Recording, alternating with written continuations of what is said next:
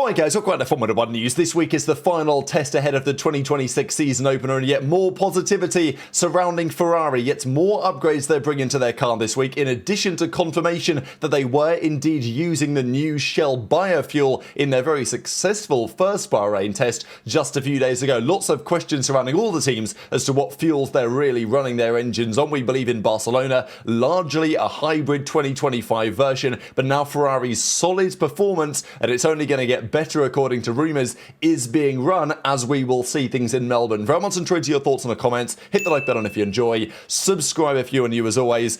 Let's get into things because the test is about to get underway on this Wednesday. Firstly, just wanted to go through the current contracts of the tracks on the calendar. Now, this has actually changed as of a couple of hours ago, as we shall discuss with regard to Barcelona. Zandvoort is happening this year and then not again. That will, probably will come back at some point, but that contract is over. Vegas has a contract until 27. Singapore, Mexico, Portimao, of course, is joining the calendar on an off basis. Portimao's got a contract for 7 and 8, but not apart from that, so it's stepping in for the near term. Suzuka, Jeddah, Abu Dhabi, etc., but just some notable ones really, because Spa is on a rotational basis now. It's going to be on the calendar this year and in 2027, not in 28, not in 2030, but it will be there 29 and 2031, which, look, arguably for a circuit like Spa should never be the case, but it simply is what it is. Madrid, as frustrating as that is, in my opinion, I haven't seen the race there yet, but I've not got very high hopes. That's going to be until 2035, apparently. Miami until 2041 as well, which is tied with Austria. Not sure why they've done that. It is what it is. But to the great delight of myself, actually, because if you guys have followed the channel a while, you'll know I really like the circuit Barcelona-Catalunya. It will be back on the calendar. Look, I think it should be on the calendar every year. They finally fixed the circuit by getting rid of that awful final chicane. Now it's just a beautiful track. And yes, historically, it's not always been the best for racing. It's not always had the best overtaking there. I mean, overtaking is definitely possible, more so than it used to be. It's just because the teams always tested there, because it was such a great track, you tended to find the teams really knew what was going on. They could set their car up in the perfect window. You didn't really get any surprises in terms of quali pace and race pace. And also, it's such a demanding track. It features every real corner type, long straights, slow speed, high speed, medium speed corners. It has camber. You know, there's loads of things that make it great to drive, I think, and also great to watch, certainly in qualifying. But it does mean that it tends to extend the performance differential of cars, and that means that it hasn't always produced the best racing, although I'm still a big fan of the circuit, top to bottom. Regardless, it was off the calendar, mainly because Madrid is in for another 10 years. And it felt like, well, maybe Barcelona will be gone, right? The Madrid Grand Prix will be there instead. But no, Barcelona will be back, but in a rotation with Spa. This is frustrating because I think they should both be on the calendar, right? But if you're going to rotate Spa with something, then, you know, as far as I'm concerned, I'm not opposed to it being Barcelona. But yes, so in 2026, we have both. Next year, it will just be Spa. The year after that, it will just be Barcelona. And then we extend until 2032. So Spa will not be back in 2032 as well, because as we just mentioned, we know that it won't be there 2028, 2030, but the contract only runs until 2031. I guess it could be back in 2032, just on a non-rotational basis again. Who knows? I'm sure things will change over the coming years. Bahrain test, it's back underway. We've had the Barcelona shakedown test. We've had the first Bahrain test. This one is going to be fully broadcast. So top to bottom, the coverage will be from dawn to dusk, as it were, which is great to see. We do also have some tyre compounds. Now, this is pretty interesting. The C5 and the C4 are available this time. So they've gone for the normal approach where we have the white bracketed tyre is the C1, the white with no brackets is the C2, yellow no bracket, etc. But the C4, C5 are available here to be run, but most teams are avoiding the C5. They're not even interested in using that tyre. it won't be a massively relevant tyre for, well, this circuit in Bahrain, I'm sure. So not many teams are even bothering with it. We will see some running from Williams, presumably Aston Martin, Alpine and Cadillac. Cadillac are only taking one set of those. They're taking a set of everything, whereas actually, I think most of the other teams, all of the other teams are not taking some compounds. Cadillac are the only team to be taking every single compound. Alpine are taking some C5s, but no C1s. Aston Martin, they don't even care. They're not taking any C1s or C2s, which is pretty shocking to me, just because these are the tyres that you would do the race simulations on. Like, if you're going to do a race sim, you're going to do it on some of the harder compounds. So, look, it's not like they can't still get good data and do some good long running. Obviously, they're just not interested in using the hards or the semi-hards in this case. I don't know how to describe it exactly. The C1, the C2 would be the best way to put it. The C3 will be the most used tyre throughout the year, so it makes sense to get most running on that. But I do find it interesting because most teams have the option. Mercedes are taking more C1s than C2s, which is pretty interesting. I don't think any other team has taken that approach. So I do find it always fascinating why teams choose what they do. But Mercedes are choosing no C4s or C5s. So they're not interested at all in going down that route. They just want to do, presumably, some more race simulation, some more long-run pace. That's how it appears right now. McLaren only taking 8 of the C3s and 10 of the C2s, which again is also a pretty interesting discrepancy. So I'm intrigued to your thoughts on that in the comment section below. This is pretty interesting too. F1 telemetry data put this together. It's very difficult to currently put together which cars are great, which cars aren't so great, where the performance really lies. The times don't tell a great picture, but some of the average speed data, which obviously is effectively just time because the distance stays the same, and top speed, does give you a little bit of a picture as to where the grid might currently be lining up. Now, I don't see a Cadillac on here. There's a feeling that Cadillac are going to be down there in the Aston Martin ballpark, but at least they've got a car that works. It's just not going to be very quick, which is probably what we expected. But where you want to be here is top right, because if you're in the top right, you've got high top speed, so you've got strong efficiency on the straights, but you've also got good downforce as well. And you'll see that the Red Bull, the Ferrari, the McLaren, the Mercedes, all to a relative degree are in that ballpark, but so is that Haas. I think that's the impressive standout, really, of this graphic. It's tough to say where Audi, Williams, VCarb, even Alpine isn't on here, right? So where they all sit is tough to say. But the bottom line is that of all of those teams that we're not really sure who's fifth behind the front-running four, it's probably Haas, based on what we have seen so far, are the most likely to be in that conversation. Aston Martin are very much on the wrong end of things, and they've got a lot of work to do. Fernando Alonso says, eventually we will have the best car, but it might be quite some time to come.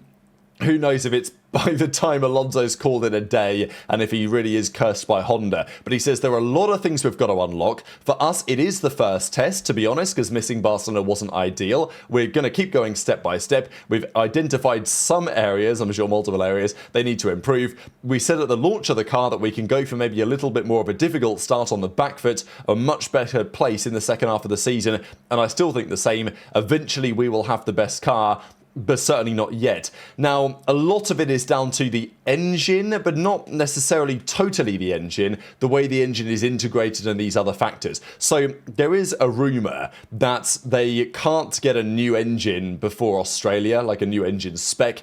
They are, I think, hoping for some ADUO, some additional upgrade and development, or I think ADUO, well, I don't know, maybe I said it wrong, additional development and upgrade opportunities.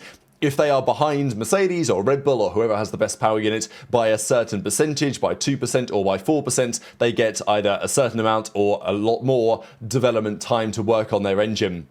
But it looks like software is going to be critical. This actually was a key talking point with Mercedes. You guys might remember that in 2022, after years of having what felt like the best power unit, all of a sudden, Mercedes, with the new 5-10% e-fuels in the engines, they weren't quite as strong at the start of 2022. It certainly felt that way, that Ferrari, Red Bull had a bit of a leg up. And there was lots of talk from high-performance powertrains, which is Mercedes' engine program, that in fact the improvement that they subsequently made over the next couple of seasons was actually largely software-related. So it looks like they're trying to find a better way, from a software perspective, to map their engine onto actual performance. but fundamentally they are hardware limited, and the gearbox is causing issues. Again, this is their fault. They make the gearbox, right? They no longer buy it from Mercedes. So this is a problem that they're going to have to deal with. But reportedly, the short gears, which is where the recovery is most helped, as we've seen with what Red Bull are doing, they simply can't handle, the gearbox cannot handle the engine being revved up heavy with those shorter gears, among various other issues. And creating a new gearbox that can adapt to that, that could be a 6-month process, right? So, you know, buckle up, Alonso, for the next few months. It's quite plausible that this entire year they will be eating, I mean, it's inevitable that the disadvantage they're currently suffering and the problems they're dealing with, that will take them at least this whole year to resolve. Really, if you're a believer in Alonso and the dream to get the third world title, we are talking 2027, it seems, at this point, according to the latest rumours. Couple of other updates around 2026 which may frustrate or intrigue. This is the new panel. So typically this panel, of course, would say DRS, which is the DRS activation point, but instead it says SM for straight line mode is what it's short for. Now, where these get placed is going to be interesting. The teams are able to activate straight line mode and use the active aero wherever it's allowed. There's no requirement to be within a certain amount of the car in front. It's all compensatory for the ridiculous engine rules that we currently have, but it is what it is. So SM, the question for many is, are these going to be placed in the same position as the DRS zones? Well, no, they will be in different positions, because often DRS would activate quite a way down a main straight. That will not be the case in this instance. But will they be allowed during the exit of a corner where the car might still be a little bit sketchy on traction? That's going to be interesting. It's like rolling the clock back to 2011, 2012 or whatever, where there was a brief period where they could activate DRS in qualifying wherever they wanted to. And I'm not saying that's quite the case here, but within reason, we will see in certain instances, I think, some drivers being more aggressive with it than others in terms of when they activate the active aero. Straight line mode. Got to stop trying to call it DRS. The other drama has been F1 start procedures. We understand that Ferrari made some compromises in their design so that their turbocharger doesn't suffer so much with the spooling up problems and has a far reduced likelihood of stalling on the grid. Oscar Piastri says this year it could effectively be like an F2 race, and we do see this in F2 quite frequently. It is always scary when it happens. I think Alex Brunder was talking about it as well and says this is a pure safety concern. If you're on the grid stationary, waiting for an unsighted driver from P20 to hit you in the back, it's a very scary moment. And this is why McLaren are being so adamant that no, we've got to change the rules on the starting procedures. But Ferrari say, look, we're not approving that. We gave you guys the opportunity to develop in this way and you didn't do so. So unlucky. But typically, in the last few years, if you have a bad start, you get the revs wrong, you drop the clutch. You know, even Piastri did it in Baku, right? Dropped into a little well, he went early and then he dropped into an anti-stall. It was bad, and he lost plenty of positions, but most bad starts, you lose a few meters, you know, you're probably losing 1, 2, maybe 3 spots at max. Piastri says you're losing 6 or 7 spots if you get this wrong, and it's possible that you can go into anti-stalling to get stuck on the grid. So, yeah, this is a problem, but it's a problem that Ferrari say, look, we found a good solution to and you guys didn't, so it's not our fault. That is how it currently appears. Now, there's other positivity around Ferrari as well. Charles Leclerc says overtaking isn't easy, which again could be a criticism of the regulations. What I do find interesting about this, just as a quick aside, if it is difficult to pass, if you guys have watched any of the videos that B Sport has done in recent days, you'll see, and have seen for the last couple of months now, it's become increasingly clear, these new aero regulations are not going to deliver when it comes to reducing dirty air. They always say, oh, we're going to make it so it's easier to follow. In reality, these regs look even worse than last year's in that regard. So overtaking is not going to be done in that way on mechanical grip, because you're going to lose a lot of it from if you're in the dirty of the car in front. It's going to be about electrical deployment. Now, every team will have an optimal electrical deployment strategy throughout the lap, but dirty air does change that, right? My overall opinion is that I want to wait until I see the racing until I judge it too much, just because I'm imagining a scenario where all the drivers are deploying the same battery at the same points every lap, because that's the most efficient way to do it. But let's say on the back straight in Barcelona, I decide to use more energy than I should to get an overtake done. And it should mean, therefore, that I'm super vulnerable down the main straight. But the guy behind me now gets into my dirty air for turn 10, 11, 12, 13, and that actually affects him really badly, so he doesn't have enough juice to get me back on the straight. So I think there will be a bit of nuance here to the racing. I don't think it's going to be super clear-cut. There will be instances where using battery theoretically inefficiently actually might work because of how bad the dirty air is. But like, if the dirty air is already bad in 26, can't imagine if these regulations are with us for a good few years. I don't think they will be, to be honest. But again, that does depend on the manufacturers to an extent. Audi are only here because of these engine rules, whatever you think about that. Let's talk about Ferrari in more detail, though, because Fred Vasseur says, look, the dynamic is good between Lewis and the pit wall. We know that Hamilton's going to go through a bit of a turbulent time at the start of this season. He was meant to have a new race engineer. Well, he is going to have one. They got rid of Riccardo Adami. They're meant to bring in this French guy from McLaren. But apparently McLaren have said, actually, lads, you're not getting him immediately. We're giving him another 3 months of gardening leave. So that looks like it's why the delay is there for Hamilton. He will have a different engineer as the season goes on. But the SF26 is an interesting car. It's interesting because in many regards it looks not especially extreme. The guys from Auto Racer mentioned that in a couple of articles now, that there are some intricate details, certainly towards the middle and the back, but it doesn't appear that they've like massively pushed the boat out. Have they not been as courageous as they should have been? That's an argument. Have they just been pragmatic about their approach? Or have they just created a fundamentally sound concept that will have the opportunity to be radically upgraded as the season goes on? Because that is really what you need if you're going to deliver championship success this year. Now, Ferrari ran their chassis with the first engine for Barcelona and for Bahrain 1 with really no issues at all. They will, however, bring a fresh power unit to the second test. So having done, over 4,000 kilometers, we're talking what, 15 or so race distances, something in that ballpark.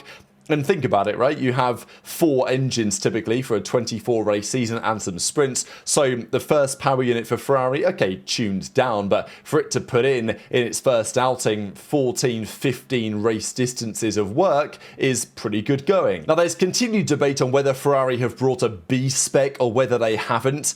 I think the Audi, given the radical changes to the side pod design, was quite clearly a B spec version, and certainly that is more so than we have seen with the Ferrari. So the feeling with Ferrari is that it's still effectively the same chassis, it's just they've bolted a load more upgrades on, but it will be a very different looking car in a couple of months and even already today. So new engine, new gearbox as well, so they're changing a couple of things for the second week of testing, and again another new aerodynamic package. The Auto Racer guys talk about this, I'll link the article down below as always, on what they're changing with the car, not just externally with new components arriving again, but also internally, the way they manage the cooling, the internal fluid dynamics. They're making some tweaks there, some components that we can't see, but to improve the efficiency of the car systems internally, which also should, in theory, improve the performance on the track as well. So there's quite a lot right now that's giving Ferrari quite a weight of steam. I think Fred Vasseur was relatively happy that during Barcelona and during Bahrain, Ferrari have gone, relatively speaking, under the radar. They've not massively been talked about compared to the Red Bull engine, the Mercedes, compression ratio drama. McLaren are the world champions, of course. But Ferrari are quietly going about their business, and it's understandable why the hype trade has left the station well and truly. So these are a couple of the tweaks they made to the floor and also to the front wing, what they did with the initial version they had, and then the newer version, which you can see is quite substantially different when you look at it from this angle. However, the most interesting thing, I think, in many respects, they talk about the internal fluid dynamics here in the article, that internal flow management, is the new biofuel. because this was a major question in Barcelona. As far as we understood, pretty much all the teams were running old fuels in Barcelona. So either last year's fuels or some sort of hybrid version, but not the fuel they'll be running for 2026 because the fuels weren't quite homologated yet and it was not going to be perfect. So they wanted to make sure the running was done and that their fuel suppliers had absolutely every last day, minute and seconds to develop those fuels as much as they possibly can. Now, the Shell biofuel is very interesting. It's made from what they describe as feedstocks, but effectively naturally occurring things or waste products or whatever that they put together into a biofuel. Whereas Petronas and Aramco and some of the other suppliers, we believe they are leaning more towards the synthetic fuels, which shouldn't be massively different in the long run, but for now does provide some differentials. There's a feeling that the e-fuels are going to be more consistent, right? So every batch is going to be the same because it's synthetic. Not the case for biofuel, which does create problems. You know, there was a feeling that Shell was giving Ferrari one batch and it would be unbelievable. The next batch wouldn't be so good, and you can't really handle that. So that's a problem. But there is a feeling that because people understand that kind of chemistry better than some of the synthetic stuff, the pure performance of the biofuel should be stronger, but it could be more inconsistent and cause more issues. So I think the fact that Ferrari were running that new fuel at the first test in Bahrain, again, they had no issues with the power unit. They ran smoothly the whole time. This is true for Haas. It's true for Cadillac as well. We don't know if the other teams did put their new fuels in. Presumably if Ferrari did, they probably did to get some running. But as I say, those are likely e-fuels that don't have as much risk maybe. So the fact that Ferrari have got the job done and they've put the fuel in for 26 and it's worked and things went well during that period, again, it's just more evidence that Ferrari have a lot of boxes ticked for the upcoming season. Doesn't mean that this year is going to be the year, but it does mean that things have gone well in the pre-season for Ferrari and certainly better than they went last year. So very much enjoyed your thoughts in the comments. Hit the like button if you enjoyed. Subscribe if you're new. Take care. And I'll see you next time.